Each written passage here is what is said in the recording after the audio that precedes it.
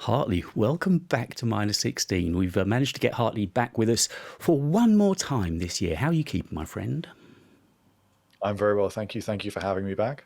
Always, always a pleasure. Now, we'd always intended to try to get back together again one more time before the end of the year. And I guess it's going to be almost like an end-of-term report. We'll probably do a little bit of a look back over the year because it's been another busy year. But you're the professional here, and I'm just wondering what it's like for you guys once you get the hell that must be September and October out of the way. Is this wind down towards the end of the year? Is it just a little bit of a we can breathe again? I think so. I think that it's always a little bit of a challenging time in some respects because we want to be able to provide interesting news, and that's really what we're in it for is breaking news and seeing things as they emerge. So it can be a little bit deflating when there's less news, but it sort of pushes you harder to come up with interesting content and to resurface things from the year that people may well have forgotten, because there's always rumors that have just sort of got lost, or rumors about products that weren't out yet at times when other products that are now released were also being rumored, so they sort of faded away a little bit. But I think that writers ultimately always complain when they don't have enough to write, but then they also complain when they have too much to write. So you can't really win either way. I guess from what you're describing, almost similar to myself in that we work better under pressure to some degree. When there's a deadline and when you know you've got a load of content coming your way that you've got to be up to date with, you kind of work at your best almost, don't you?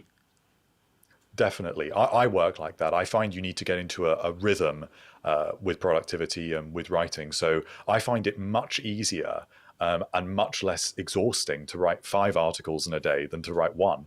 And actually, a day when I don't write any articles can be just far more taxing than a day of writing loads, because you don't get into the groove of writing in the same way. Actually, just from my point of interest, and I don't have it being presumptuous to call myself a writer, but from one to another, do you write every day?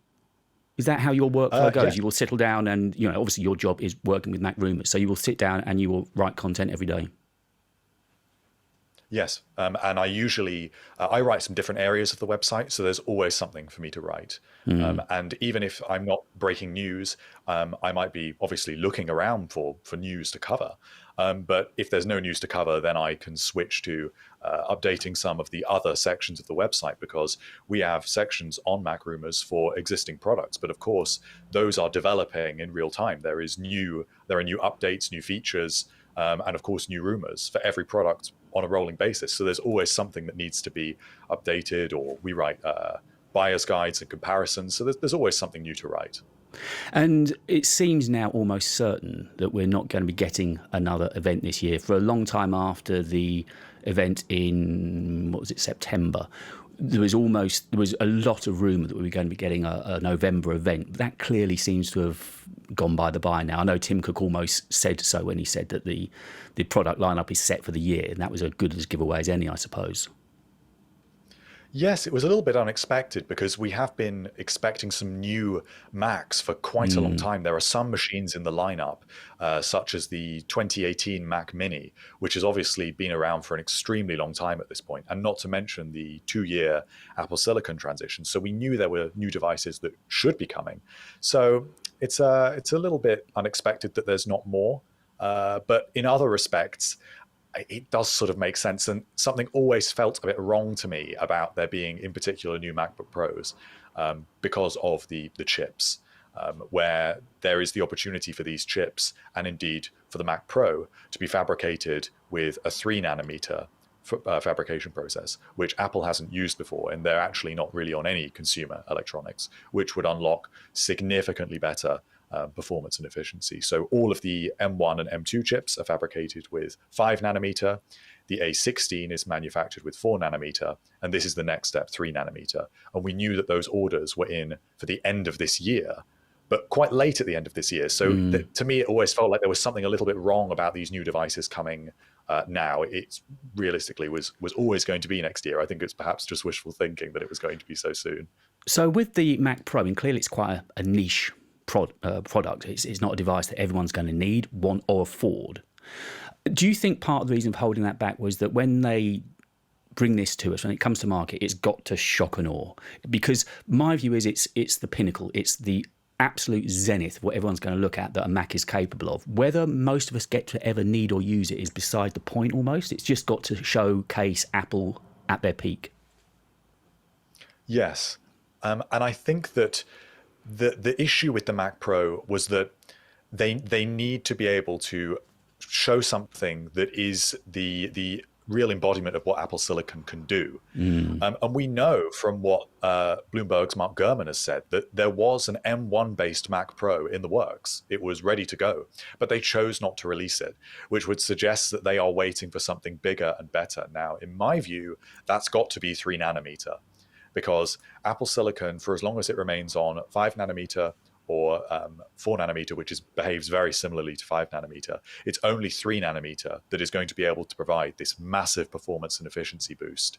So if they can show that off alongside a new design and some modularity and maybe some new ways of thinking about desktop computing, that's going to need perhaps a little more time than they initially thought they would need when they set out this roadmap, which was ultimately a long time ago. If you think about when they made that announcement at WWDC, they, of course, will have made that decision months beforehand. So you're talking well over 2 years ago at this point, and things change.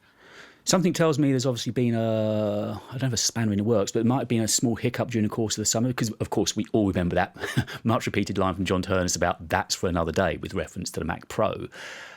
One would suggest that at that point then at WWDC, they were thinking we have still got this in line for the end of the year, and suddenly it just didn't happen for whatever reason. Maybe it was the 3 nanometer, maybe it was the supply of that just wasn't quite ready. They weren't quite as developed as they would have liked.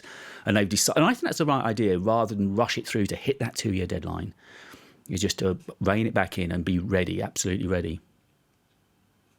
And I think that a lot of the customers that are interested in the Mac Pro won't mind waiting, because the sort of customers that buy those systems, they may have upgraded them, they've got those PCIe slots filled up. And if you are not that sort of customer, you probably already bought a Mac Studio.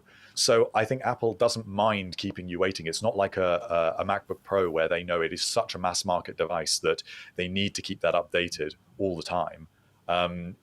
The Mac Pro is something that is so much more niche that and also the 2019 revision of the Mac Pro was such a step forward that they don't really need to work too hard to replace that in a hurry. I mean, they do need to do it next year, but I personally think they can take their time, because the 2019 Mac Pro is such a solid device that did what, and still does do what people who buy that device want it to do, when you compare it to what they did before that with the quote-unquote trash can Mac Pro from 2013.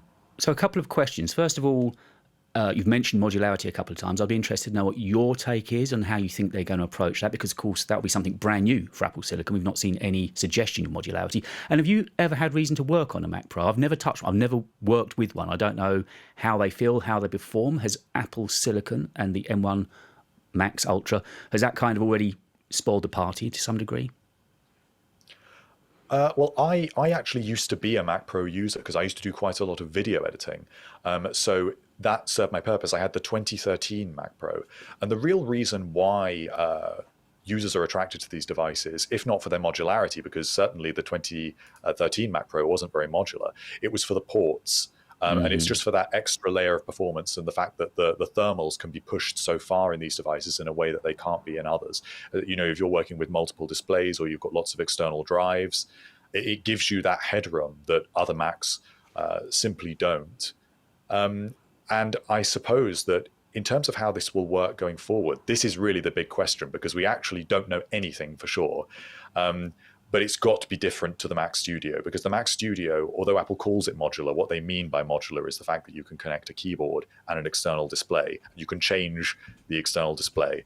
They mean that setup on your desk is modular, but that's not modular in the sense in which we're meaning it. We're meaning it in the sense that you can actually open it up and change the parts. And I think that you're not going to be able to change the processor in all likelihood. It's possible, but it seems unlikely that Apple would want to allow you to do that in a way that you currently can in the Mac Pro. You also won't be able to change the graphics cards, because that is also part of Apple Silicon. It seems possible that perhaps there could be something like the Afterburner card, which is also custom silicon, that could integrate with the device. But the areas where there perhaps is more likely to be customization will be the storage and the memory. The memory is soldered to the main Apple Silicon board inside all of the Apple Silicon Macs to date. So something that John Gruber suggested actually on a recent episode of our podcast, the MacRumors show, was that Apple may offer you the opportunity to upgrade the memory beyond that. So you have two kinds of memory. That would be one thing that would make sense to me. And I think that those PCIe slots have got to stay ultimately. Even if it's not to connect graphics cards, there are people that use those to connect hard drives or to create more ports on their device. So even if it's just two of them, that will help really separate it from the Mac Studio. And will you guys at MacRumors, I assume you will be getting your hands on a Mac Pro when they become available? Yes, so that will be Dan, our videographer, who also joins me for the podcast. Laugh. It will be he's a great lad, isn't he? So he will be the one that really puts it through its paces, because the rest of us don't have any sort of workflow that would even get near to pushing what the Mac Pro can do. So he was a user of the 2019 Mac Pro actually, until Apple Silicon moved him over to the 16-inch M1 Max MacBook Pro. So it'll be interesting to see how those devices compare. And I expect the Mac Pro's always been a very niche product. It's always been a very expensive product. You know, in the UK, it's about £5,500, something in that range, starting price, and that's only with 256 gigabytes of storage. So it's comparatively not even that powerful. You would really need to be spending £10,000 or more before you're actually getting to something that is seriously powerful. But now you've got the Mac Studio, and now that Apple Silicon has sort of recalibrated who is interested in these devices, and you've sort of brought more power to a lower price point, it means that there should be theoretically even fewer people interested in the Mac Pro, and it was already a niche product. So it will be interesting to see what customers are really going to be thinking, I want the Mac Pro over the Mac Studio, because that really is not going to be that many. Maybe professional movie studios, people with very intense sort of machine learning requirements, but it's going to be a niche device. But it's got to be the crowning achievement of Apple Silicon. That's exactly right, yeah. And that's what I've always thought. I mean, for most of us just doing average video editing for the YouTubes of this world and so on, I mean, what we've got now with Apple Silicon M1 Maxes, which was what I work on, they're more than capable. So it really has got to be for those high-end studios, you'd have thought, wouldn't you, with massive workflows. The sort of workflows that require that modularity over time, and that's even why ultimately the Mac Pro came on wheels, because it needed to be well, you could get a wheel upgrade kit for about £600, so you could wheel it around your office, because they knew that was the situation in which these devices would be used. So whether it'll need to be so big anymore, we don't know. So maybe there won't be wheels on it anymore. But tell me, why do we like Apple? A different class of computer. Only they could charge for wheels, right? Only exactly, and charge that much. They are very nice wheels, actually, I have to say. Yes, I'm sure they're very well engineered wheels. So even towards the end of this year, there's been quite a lot of business going on. And one of the last big releases, of course, was the OS Ventura has come out for, I think when we last spoke, you were running betas of it, weren't you? Yes. And now in fact, this year, for some foolish reason, virtually within a few days, I put it on to my machines. I think because I'm no longer on radio, and radio software is very old-fashioned and you have to wait a long time before they catch up. But now things have changed for me. I thought I'm safe to put it on pretty quickly. And you know what? It downloaded and installed and ran really, really easily. I use a lot of Waves plugins, audio plugins. They were already. Adobe's Creative Cloud Suite worked perfectly. I mean, I'm recording an audition at the moment, so maybe I shouldn't be. I'll tap some wood. But it was a really good install. How did you find it? I didn't notice the smoothness of it in quite the same way, because where I was running the beta versions, I was moving off a beta to the main release. So the differences were incremental, of course, through each upgrade that I did. But I don't know if it's quite as stable as some older versions of macOS. I think that Apple's standards in terms and quality control in terms of software is not what it was, unfortunately.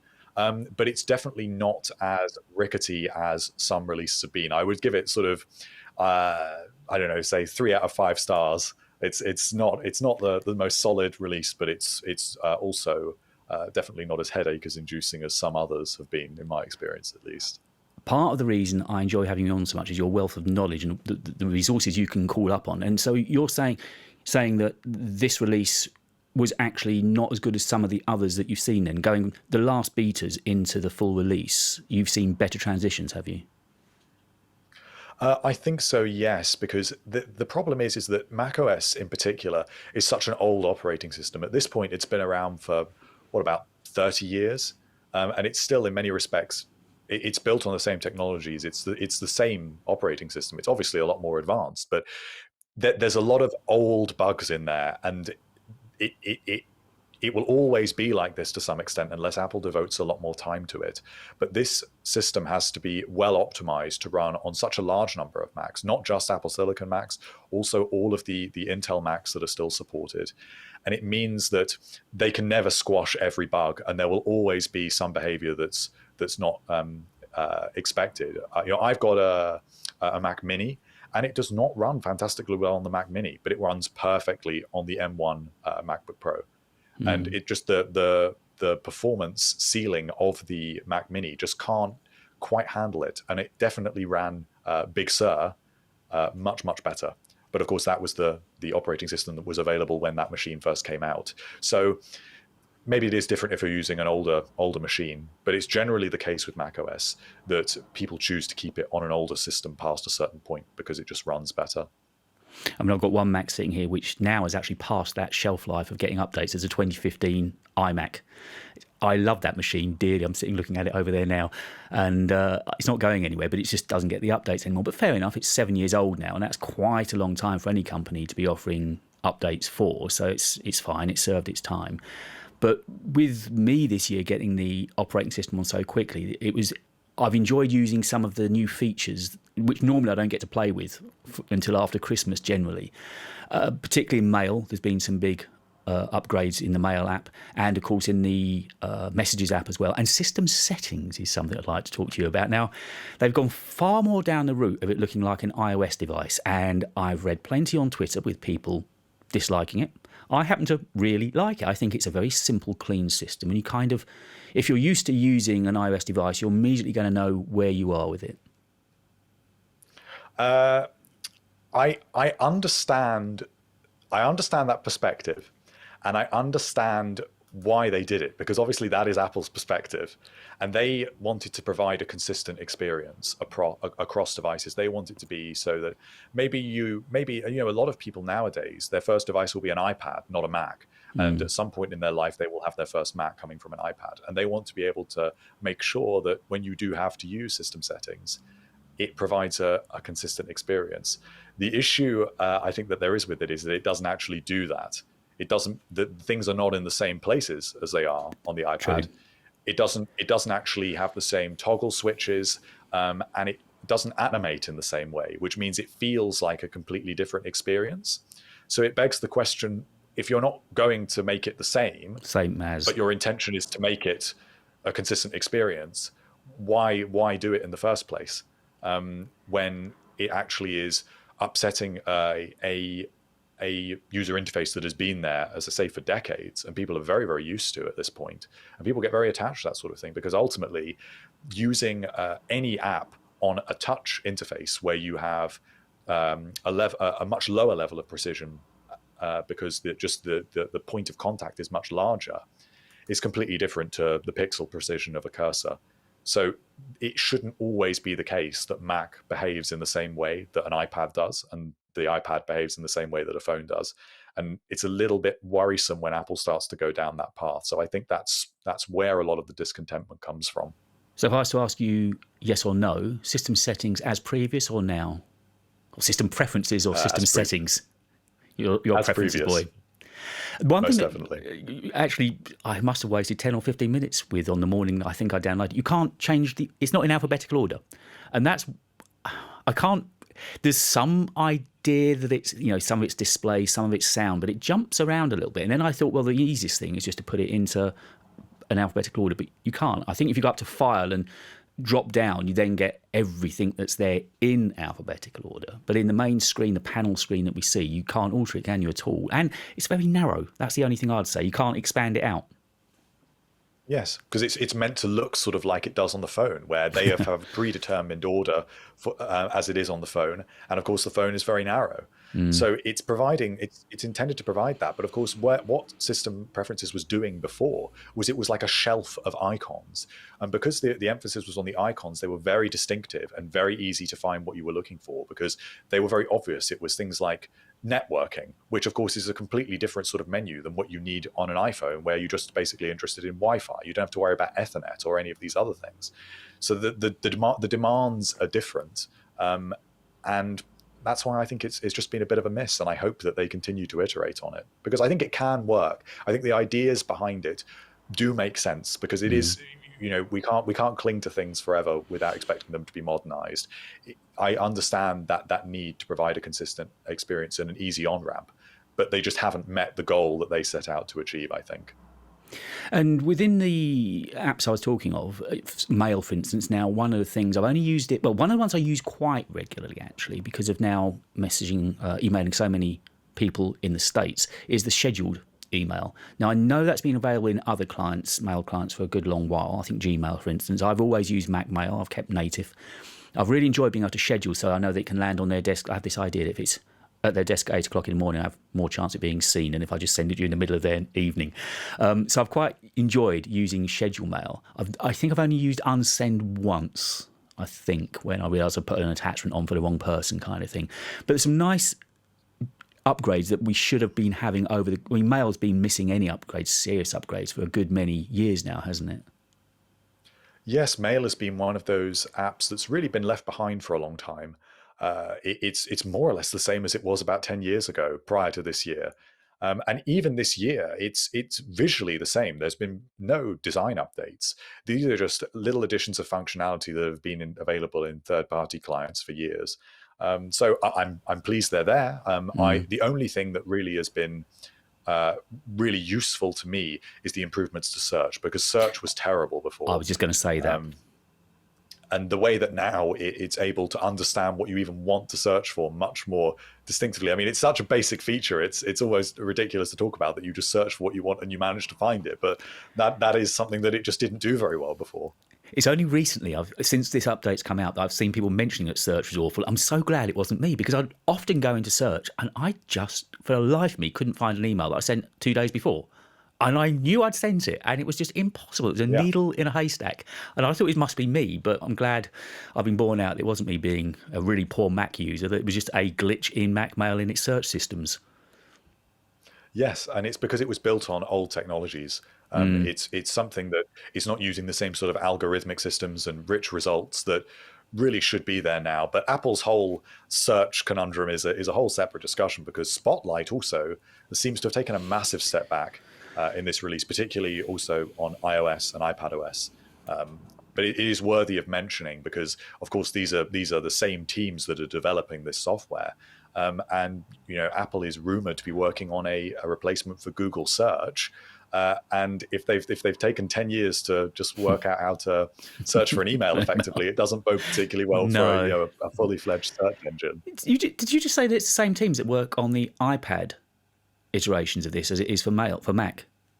Because I would have thought. I believe it's the Apple search team. It's got about 100 employees, and they focus on things like the answers that Siri provides, and the algorithms that are behind search in Spotlight and inside apps. And so also for things like the App Store. It's the same sort of algorithms that are driving it, because it enables them in things like Spotlight theoretically to surface things like news or weather. But I imagine most users would say that it's not doing that for me because it just doesn't do it very well. No, I mean,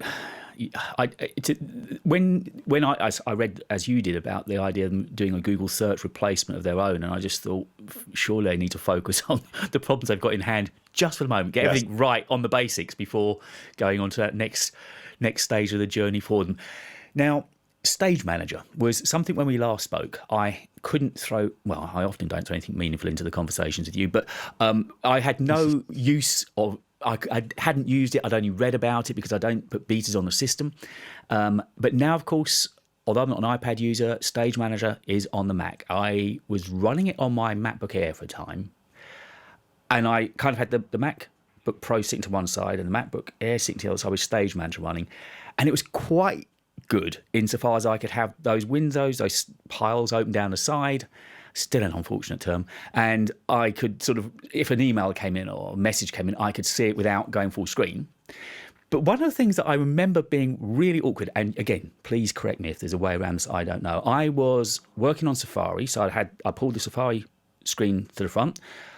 I was on internet banking. I wanted to use a calculator. And as soon as I opened the calculator, banking went to the background. All I wanted to do was add up what was on the screen. And I didn't seem to be able to do it with it in Stage Manager. It just infuriated. Is that me? Is there a way around that? No, that's intended behavior, because on the Mac with Stage Manager, and of course we have to specify, because on the iPad it's called the same thing, but it behaves completely differently. Very differently. Any new app you open will open on a different stage, and then you can switch back to the stage you wanted and then drag it over. So you have to sort of perform this ritual, unfortunately. And it's more. This is the thing: it is intended for people that want a simpler windowing experience that's more distraction-free and maybe want multiple stages. But if you're just switching between apps, it isn't quite meant for that. If you're constantly opening and closing new apps, it's more if you keep a lot of apps open and you put them in their place and you keep them there. This is the same issue that I'm having at the moment, where I'm using it, and I would actually phrase it exactly like you did, where I would say, I quite like it. I think I like it, but it is a bit annoying sometimes. And I sort of like the idea of it, and sometimes it's quite nice. I like it when I have a stage with my messages open and I can sort of see if a message pops in. Or Exactly that. I appreciate the context, but I'm just not fully sold on it. I can imagine myself turning it off one day. I've had it on for a few, for weeks at this point, but I can't imagine myself turning it off. Well, I've never put it on the MacBook Pro because I tend to work there in full screen apps. So I'll be in Premiere Pro or in Photoshop. So for that machine, it works. And that machine is often, or nearly all of its life, is hooked up to a studio display as well. So that it doesn't benefit me on there. But on the MacBook Air, it's been a really interesting experiment just to see how it was performing. And I've still got it running. But as you said, it's this kind of, it's useful. It's cute, but I don't know if I'd want it on a daily heavy working machine. I think that possibly the best sort of user that would really get a lot out of it would be someone that's never used a Mac before. Yeah. And that is new to the Mac and perhaps is used to the iPad and wants a really simple experience where they just open Safari and then they click to open Mail and that Safari disappears and then Mail is open in a different stage and Safari is visible on the side.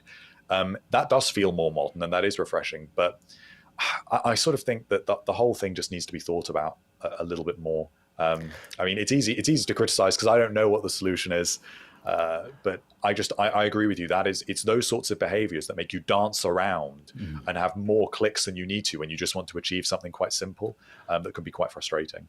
I haven't used a Windows machine in many, many years. Do you know how they get around? I mean, have they got anything equivalent to Stage Manager? How do they work with apps?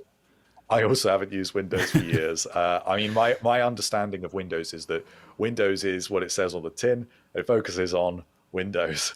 So it mainly focuses on magnetic snapping of Windows, where you move your cursor on a floating window to an edge of the screen and it snaps to that edge, which enables you to create a sort of tiled view. Right. And it's that emphasis on multitasking and productivity, which fits more in with Microsoft's shtick than Apple, which is obviously coming up with about 20 different ways of multitasking. So if we bring it onto the iPad then, how are you finding it now? Now you can run it both in full release versions on the iPad and on Mac. Are you finding it any more useful on iPad? Unfortunately, no. I really tried to You like were a Stage big, Manager I remember during the summer, you liked it. You liked what you were seeing. And I turned it on and then I didn't like it that much and I thought I'd give it a chance and then I thought I quite liked it and then it just annoyed me so I turned it off again and then I did this cycle repeatedly and eventually I've just had enough and I've just turned it off and I don't think I'll be going back to it anytime soon. I find that it's useful because there's no other way to display more than two apps on screen if you don't want to use slide over, or anything more than three apps at all. So if you need to do that for a task you're doing on your iPad, you have no choice. It doesn't mean that it's a good experience. And otherwise, I find most of the time the most productive way to use the iPad is just in split view, the classic way with slide over. No matter how clunky that system is, it just seems to be more focused and more designed to actually give you a productive experience using the iPad. So I sort of hate to say it because I really like the ambition behind it, and I think it can get there. I really do. I just don't think it was ready for this year. What iPad are you working on? So I have a 12.9-inch iPad Pro, which should, you would think, be the most capable of actually achieving any work on, but I just can't. I've had it since release, which is April last year, and I still to this day have not done a whole day's work on it because you just can't. At least in some people can. I accept some people can, and I get a lot of flack for this. That I accept if you're a photos editor and you spend a lot of time on the go and you like interacting with touch, it is perfect for you.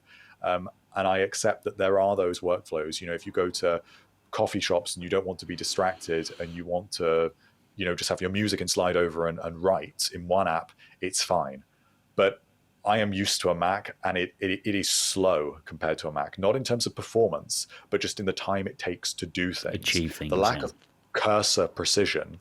For example, say at MacRumors, I might need to grab an image, resize it, change the file format, and upload it very quickly to WordPress. That will take me 5 to 10 times as long to do on an iPad. And that's not just because I'm not used to it. It's just not as well optimized. And without that precision, you just can't, unfortunately. It's interesting. You said your iPad's a year old. You mean you, Hartley, weren't tempted with the magnificent new machine that was released only weeks ago to be up to date and running the latest bit of hardware? Everything was changed about it. It's a brand new machine. Surely you must be tripping over yourself to get your hands on it, right? Well, I think it was more underwhelming than our worst fears. We thought maybe at least we'll see an interesting wireless charging system or something, but I think you'd be very hard pushed to find any differences that actually make any difference to your daily life. Is iPad just getting a little bit lost, do you think, at this point? I think it's lost, but I think it's more that Apple is using it as an experiment, and they use it where they throw all of their ideas. What if we put a LiDAR scanner on a device? What if we have a mini LED display on a device? What if we have a different cantilever system for a keyboard? And they just throw their ideas on it, and they hope that means it will be the most innovative platform, but it actually just means it's the most unreliable. Oh, so almost using it like a real-time beta tester out in the wild for us to do all the hard lifting on it to find out what's going to work on iPhone almost and what's going to work on the Mac. Actually, that makes a lot of sense now you've said it, because it just, at the moment, it doesn't seem to be going anywhere. It's such a capable machine. And for the very reasons you've mentioned is why, out of all the products, I've got no interest in lining Apple's pockets with money for an iPad, because I just don't see where it's going to fit into my workflow or benefit me at all. I'm desk-based most of the time. And why would I need it? Most people that have an iPad would say that they use it for content consumption, and they use it to watch Netflix. They maybe use it to check some emails, probably not even reply to the emails on there, just check them, and just do some light browsing. If you're looking something up and you're not at your desk or you don't want to use your phone, maybe you're sitting up in bed or something, and that's the device you would choose to use. But generally, the average person is not using their iPad for more than that. So it's a nice additional device. And I have had times when I've just sold my iPad in years gone by, where I've thought, I'm not really using it that much. I'll just see how I go without it for a few months. And I do always end up buying one again. So it does have its place, but it's just never quite what you want it to be. And it's always got this sort of edge of disappointment to it, which I think is a real shame. I mean, I'm sure if you're an illustrator and you use the Apple Pencil, or maybe you're a student and you don't have a Mac and it's your main machine, it's very capable, and I'm sure you would get an awful lot out of it, especially illustrators, as I say, with the Apple Pencil. Or if you like taking handwritten notes, I can't think of anything better. So it can be useful, but I would say you're not missing out on much in not having I have an iPad, worked unfortunately. alongside some photographers who swear by it because they're so used to the pencil touch that they can edit photos really well. They can work just as fast on an iPad as I can work on a Mac with a mouse and a touchpad. So, yeah, it has got its place. It's just, for me, if I'm going to waste my money on Apple products, there's other things I'd rather get to first. By the way, since we last spoke, and talking of wasting money on Apple products, I did get an iPhone 14 Pro and also an Apple Watch. So I now can talk to you meaningfully next year about the benefits of Apple Watch, and I realise what I've been missing out on. I really do. To the point that Apple have now got more money out of me on Apple Fitness Plus, and I now subscribe to Apple One. So I do workouts with Apple Fitness Plus every day now. So the watch really has made a big difference to me. And I think we should get your voice actually on their Outside Walks series of podcasts they have. I don't know if you've listened to those, have you? Oh, really? They're brilliant. Yes, those walks. I have. I've listened to Jamie Oliver, Jane Fonda, Stephen Fry. I've been out walking many mornings listening to them, and I think you should get on there. I'm going to have a word, see if we can get you on there reading one of those podcasts out. It would be my pleasure, but I'm not sure Apple take too kindly to MacRumors and some of our articles, so I'm not too sure of the chances of that. But Apple Watch is one of those weird things. It's hard to explain to somebody quite the benefit it is until you start wearing it. And once you've got it and it's been on your wrist for a little while, then you start to see the benefit of it, don't you? I think it's because most people think that it's just an iPhone. They think it's just an iPhone on your wrist. So why do you need that? I've got an iPhone. But it's not. It's so much simpler. And in being simpler, it's a lot more focused. It's almost the complete opposite of the iPad. It's not trying to do very much. And so the things that it does extremely well. Fitness tracking, health, notifications, and that's pretty much it, really. You obviously can do other things. It's good for making payments on the go. It's good for if you just need to take a quick call and you don't have your phone to hand. But it's these simple concepts: communication, notifications, and that's why I think it works so well. I wrote about it a couple of months back, and I said, I think I saw along the lines of, it's polite. There's no urgency to it. I love the way during the day, if you're sitting at your desk for too long, it will just remind you. It might be time to stand. And it just has, the phone always seems very urgent and snappy. You've got to take the message, you've got to answer the call. With Apple Watch, it's all just this idea of your well-being seems to be, I don't know, maybe I'm being too romantic about it, but there does seem a difference in there. I think that's exactly what it is. And it's because the things that the watch is encouraging you to do, even with notifications, it's not actually demanding that you do it on that device, and you sort of know that you can't. So you obviously can theoretically reply to an email and check your email, but it's just sort of a much gentler way of surfacing those things to you. That's why it actually fits in much better with a minimalist approach to working, to the extent that I really hope that one day I would be able to just not have an iPhone and only have an Apple Watch. The camera will be the issue in that. I was just going to say, yeah. But if it were not for the camera, I would really like to go in that direction, because I think that it leads to a better quality of life. The less time spent on a phone, the better. But I think the more time spent with an Apple Watch, probably also the better. I think the mistake I made, and I might be tempted to sell this one and buy a different one, is I didn't get one with a data card on it. And if I had a data card, I wouldn't have to take the phone with me on my morning cardio at all. As you just said, I could be away from the phone for a few precious moments.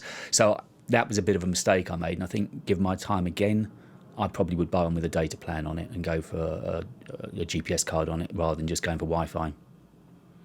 I'm conflicted about that because they're quite expensive, especially in the UK. You actually can't get a data plan for, I think the cheapest ones you can get are £7 a month. Which those have data caps. So when you're already paying for your phone, you're then paying £7 a month for those situations. So that definitely can work for some people. And by all means, if I go all in on using my phone less, then I'm definitely going to be doing that. But it can just make it a little bit too expensive, and I struggle to justify it at the moment. But maybe in years to come, if I can get over this camera issue, that's what I need to work out. Well, I'm going to segue rather cunningly and beautifully here from data plans to iPhones and cameras, because I'm about to make a big saving for the first time in my life with my phone data plan, because I've actually now I'm about to come off of contract for the first time ever on an iPhone. I actually bought one outright from an Apple store. We are running this interview Godspeed on iPhone 14, an iPhone 14 Pro, and continuity camera. So I'm about to make because I can now go onto a data-only plan on my phone. I'm going to save about £60 a month, believe it or not. It's going to be huge, huge. One of the big companies in this country have been having a lot of money off me for many years, and I checked with them beforehand. I'm going to come down from about £65 a month to about £15 or under £20 a month just for a data card. So it was a save. And again, once you do the maths, you work out that over the course of 24 months, that's bought the phone. It's as simple as that. And now in that, having bought the phone outright anyway, I can set it on next year and buy the 15 and not have lost too much money, in all honesty. So that cunningly brings me round to continuity camera, which I love. I think it's brilliant. Now, I would say it's brilliant, but it's clearly borne out of the fact that Apple have been rubbish at the cameras they've been giving us in their laptop studio displays. And they've obviously had a panicked get together and thought, how do we get around this? Let's come up with a new plan. I mean, it's great, but we shouldn't actually have needed it. I think that it provides a good compromise, because there was always going to be a ceiling on what Mac cameras could do, especially MacBook cameras. There really is no excuse for the studio display because of how thick that is, because that should be a best-in-class camera, and the fact that it isn't is a whole separate discussion. But when you think about how thin the lid of a MacBook is, they cannot fit something with a lot of lenses in there, with a high megapixel count that's a large camera unit. You know, think of how thick the phone is. The phone is almost the entire thickness of the phone is taken up by camera components. So they can't do that in a Mac. Now, it's also true that they put a 480p camera on the 12-inch MacBook that they were still selling in a new one in 2017.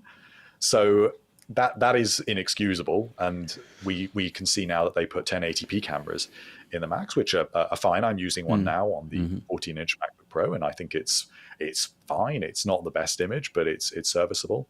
But continuity camera, it just provides that extra bit of balance, and because it's so stable, it's one of the most stable and reliable features I think Apple has built for a long time. Well, let's hope it lasts the next 15 minutes.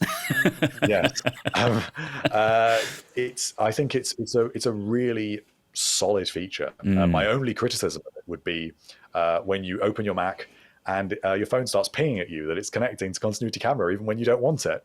But that's a minor complaint, really.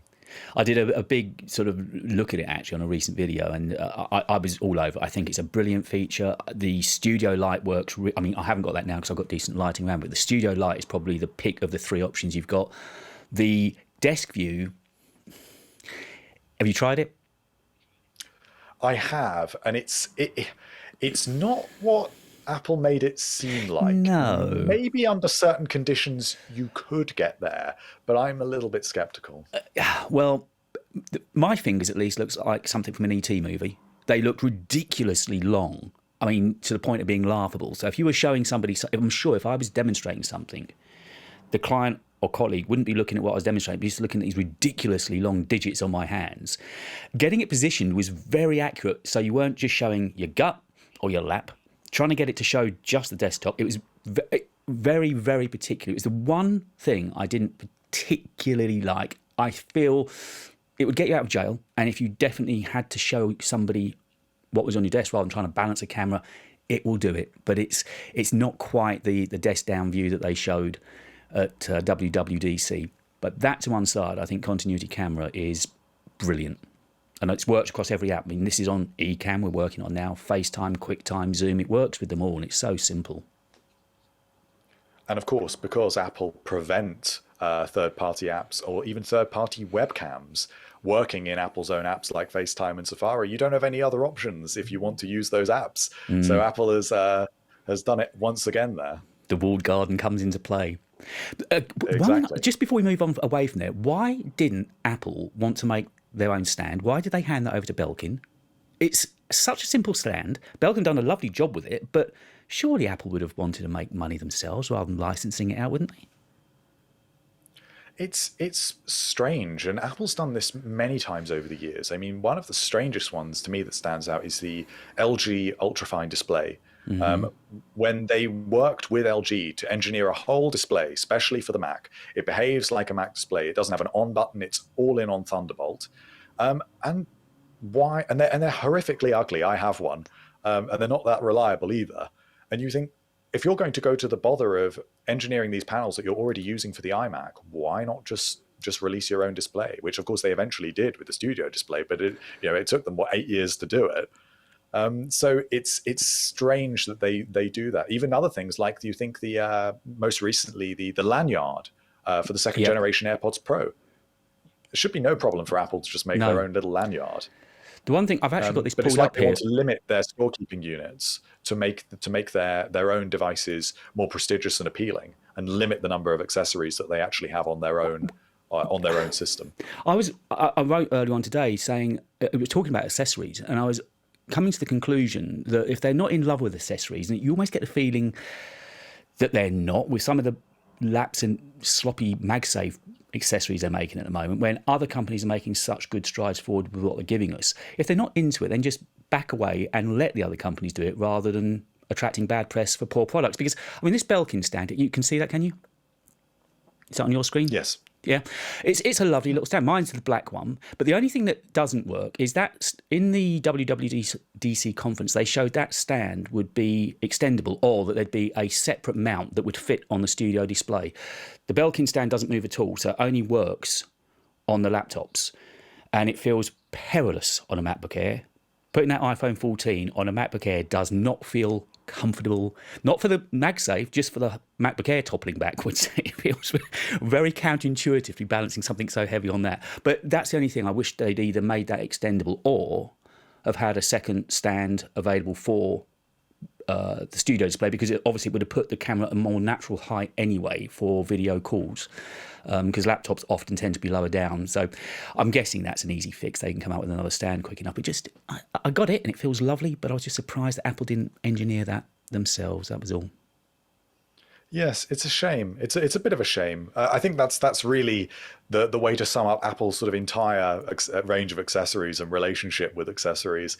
Is it's all just a bit of a shame, because they can clearly do so much better. Some accessories, very, very few and far between, such as the Apple Pencil, which I don't even know if that counts, because it really is its own device. And AirPods are arguably an accessory as well. Those things are excellent.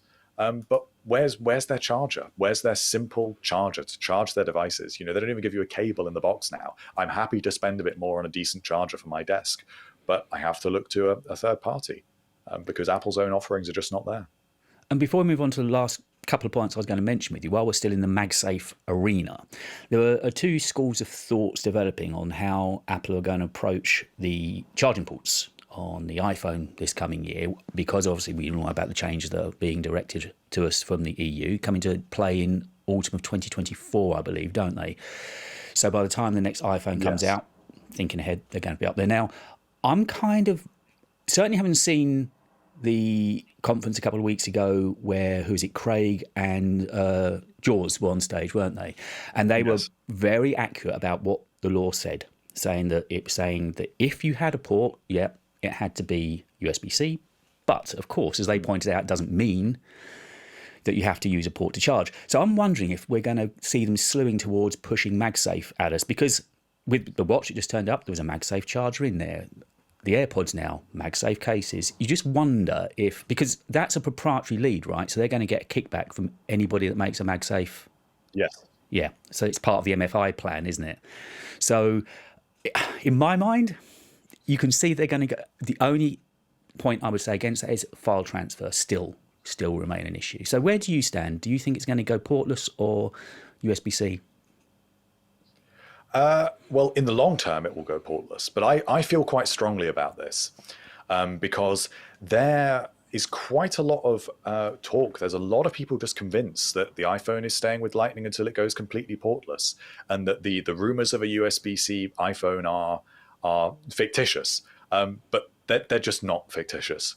The most reliable sources possible, multiple reliable sources, have given such specific information about even what USB-C components they will be using next year. So they will be using USB-C. Now, it will be transitory, because in the long term, you're right, they will be moving to MagSafe when they have got a better ecosystem of MagSafe chargers, and crucially, as you say, data transfer. That is the long-term objective. But if they come out immediately with a MagSafe iPhone with no port, how are they going to sell that? They can't sell that as courage unless they actually can provide you with a quality of life improvement.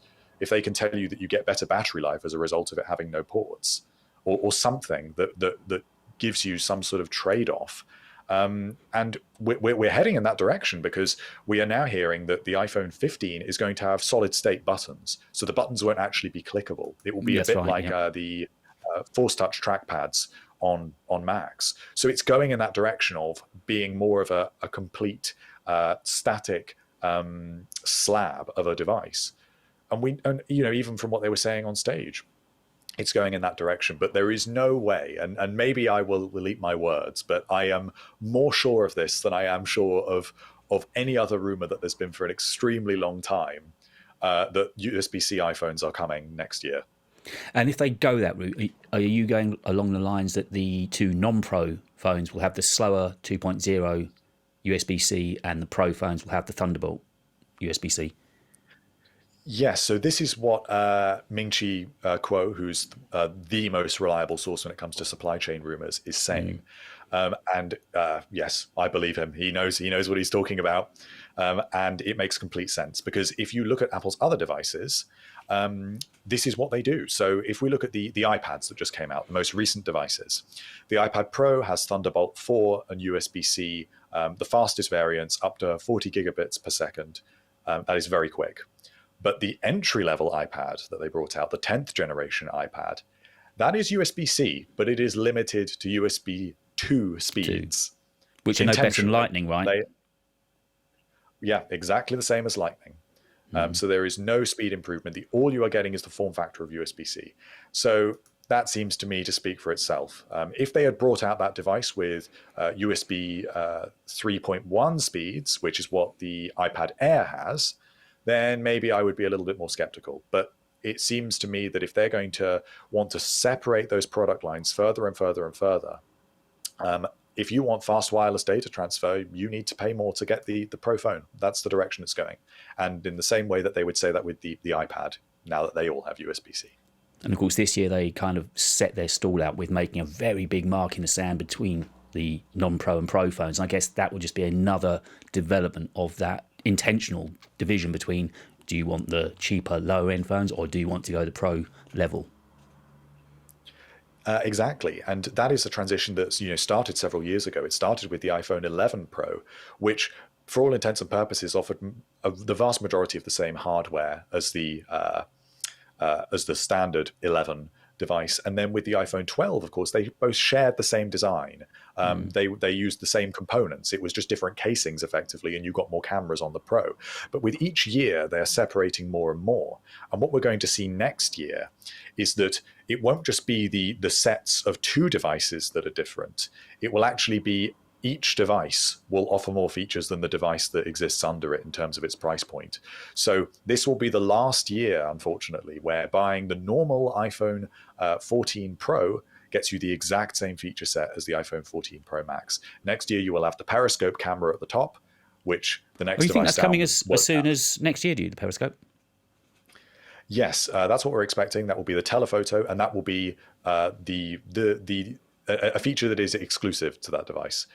And that's just a way to upsell you. And there's increasing numbers of these devices increasing numbers of these features that are now coming to the fore that show that this is the strategy, because they've realized that they need to provide better reason to upsell you. Now, I don't like it as a strategy. I don't think any of us like it, because it always means that unless you want a big phone and you want to spend the most money, you're always missing out on something, which it is a shame, because they don't take that approach with, say, the MacBook Pro. You get the exact same device, other than obviously battery capacity, which is understandable, whether you get the 14 or the 16 inch.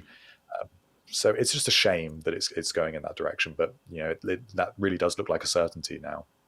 So we mentioned at the beginning of the podcast that we're kind of done for the year now on events and products. But there's this ongoing nagging rumour that we might be seeing something in January. Now, I listened to your podcast with Dan, MacRumors podcast, and I'll leave a link for that as well. It's a brilliant podcast, one of my weekly listens. But I know you discussed at length there about the headset, which we're going to mention in a moment. And I think you both ended up being on the same page there after a little bit of a misunderstanding about when it was going to be shown and spoken about, then Yeah. the lead for production and when it would finally go on sale. But I wondered if we could even bring it back from what you were saying, because I know you were saying that they're probably going to announce it in spring, then give it through until WWDC for physicals, with then going on sale a short while after that. What about if they had a January event, as they did with the iPad, and then it becomes available in the spring event? So if we wind it on 3 months, do you think that's possible, or is it just not ready yet? I think that is unlikely, unfortunately. And I think that this whole rumor of the January event, I want to believe it, but I am skeptical about it. And the reason I am skeptical is because this comes from Ming-Chi Kuo, who we mentioned before. Now, he is very reliable. He does get things wrong from time to time, little details, but he knows what he's talking about. He has legitimate sources. And he was the one that suggested that it would be January. He suggested an unveiling in January.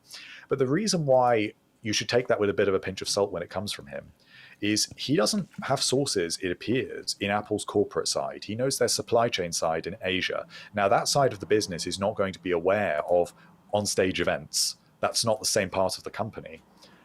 So it seems to me like he is speculating based on production estimates, Right. About when they would unveil it. And I think that he means more loosely January, February unveiling.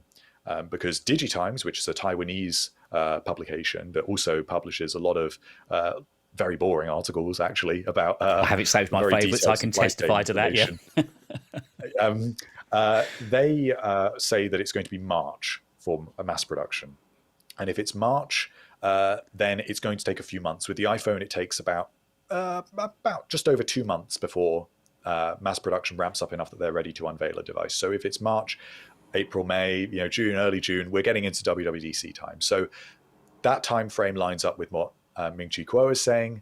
So it all kind of fits in. But I don't know if there's going to be that much of a fast turnaround when they first unveil it.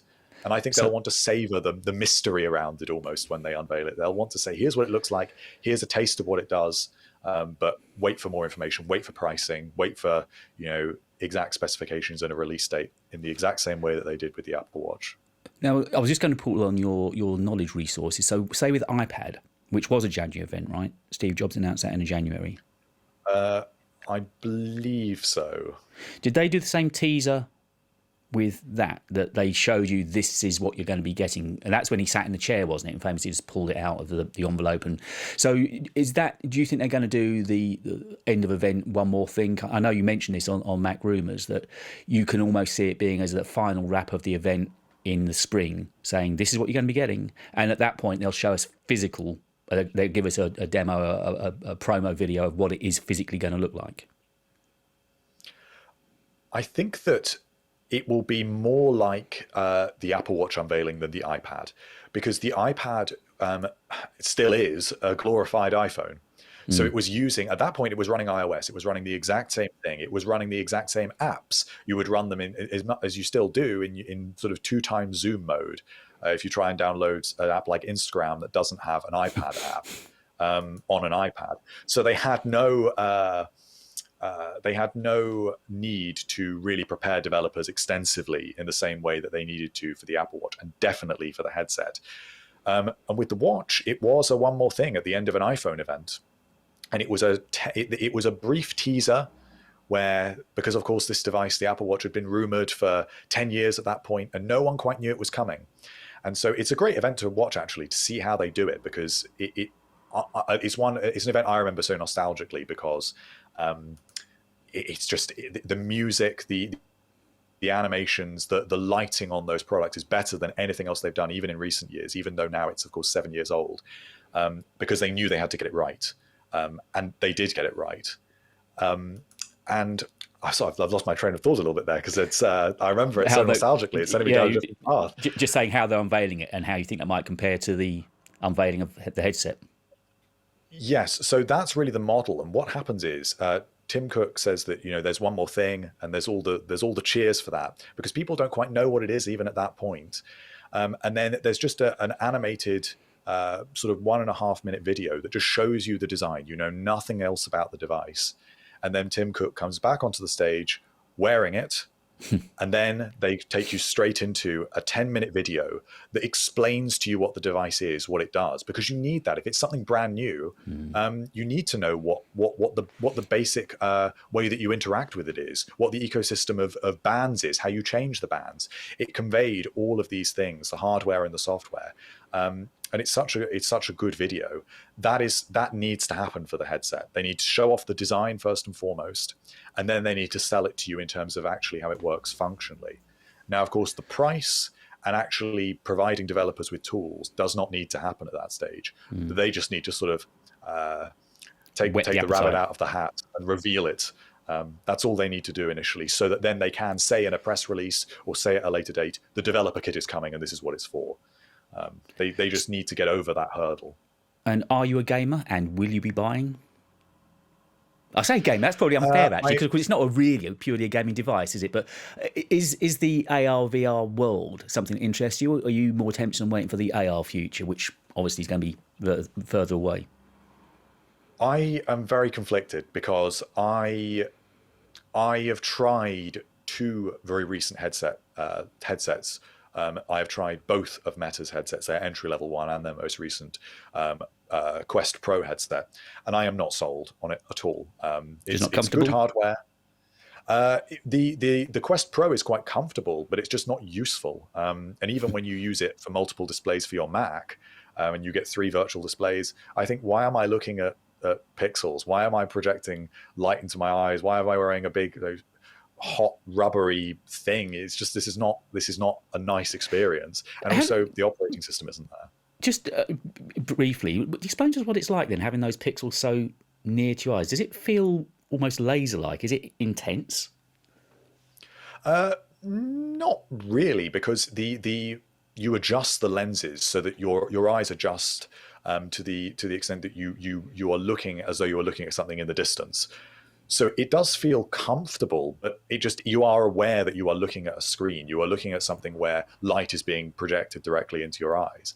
And it does have it's slightly fatiguing. If you're the sort of person that you can sit 8 hours looking at a screen without blinking, I'm sure it won't bother you. But if you do, you get restless after half an hour looking at a screen, you are not going to like it very much.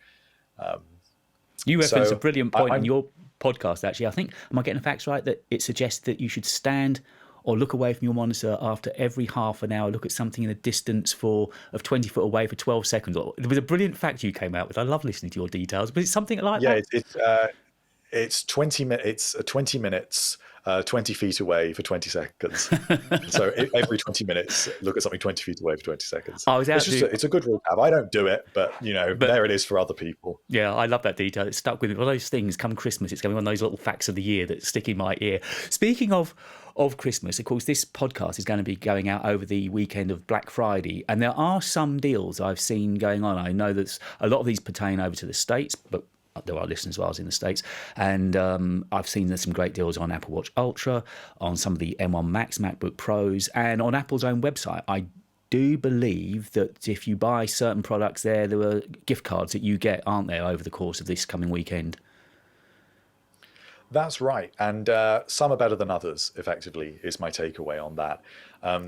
The best one that I would be on the lookout for is if you want to introduce someone to the Apple Watch over the Christmas period, there is no better device than the Apple Watch SE. And it is really inexpensive with Apple's deal that they've got on at the moment, because the Apple Watch SE normally costs in the UK £249.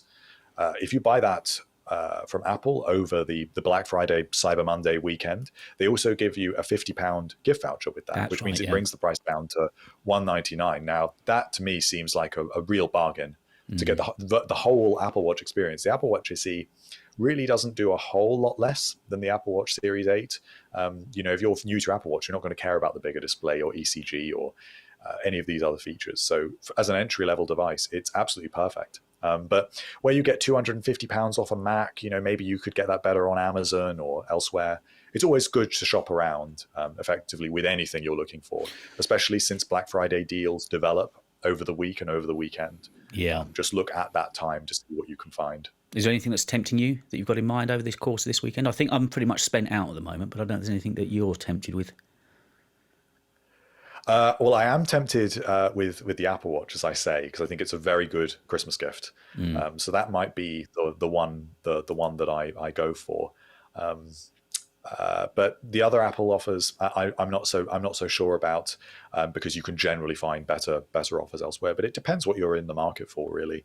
And unfortunately, we don't tend to get such good deals here as they get in the No. States. So it can be advantageous to bide your time a little bit, and also not to assume that you will get a better deal simply by getting it over this weekend, because something like AirPods are discounted on Amazon the whole year round. They are never sold at full retail price. It is always cheaper to buy AirPods on Amazon.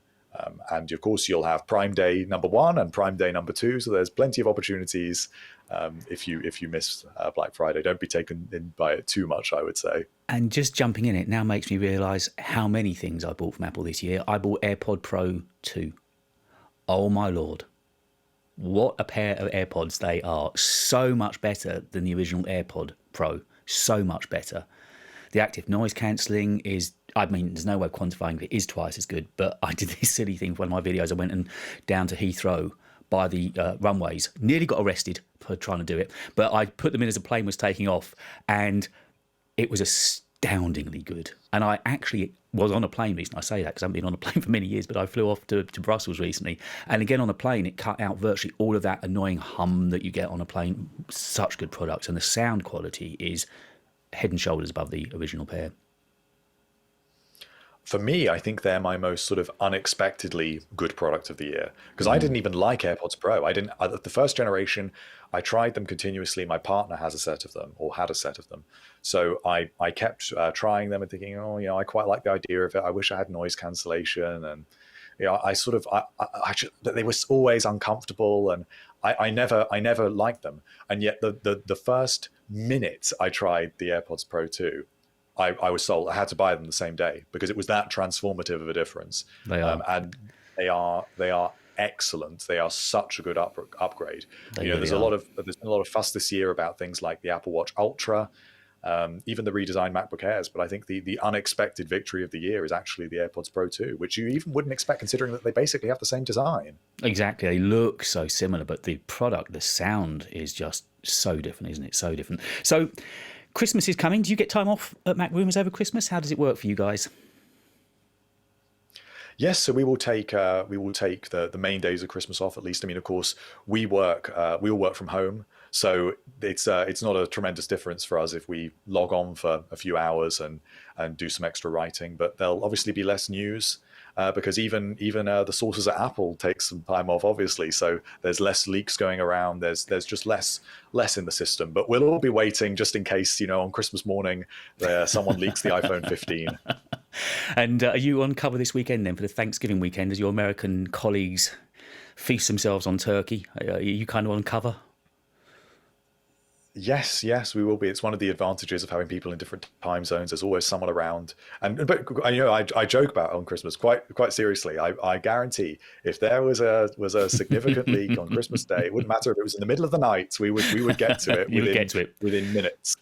And that's what makes MacRumors one of the resources that I always go to when I'm writing my Friday newsletter for the week. There's so much great content and news there, and your articles and blogs always come up on there. So I'm guessing that's going to probably be it for us for this year. I'm not going to do the whole Happy Christmas, I'm not doing that. But I'm dare say early next year, as soon as there's some news that's warranting us having a good discussion, we'll be back together again. But thank you so much for all the times you've been on the podcast with me this year. You know how much I appreciate it, and your knowledge is second to none. So Hartley, it's been, as ever, my privilege to have you on. Thank you so much. No, thank you. It's my pleasure. And enjoy the rest of this year, and I'll catch you early next year, yeah? Definitely. Hartley, thank you so much. Cheers.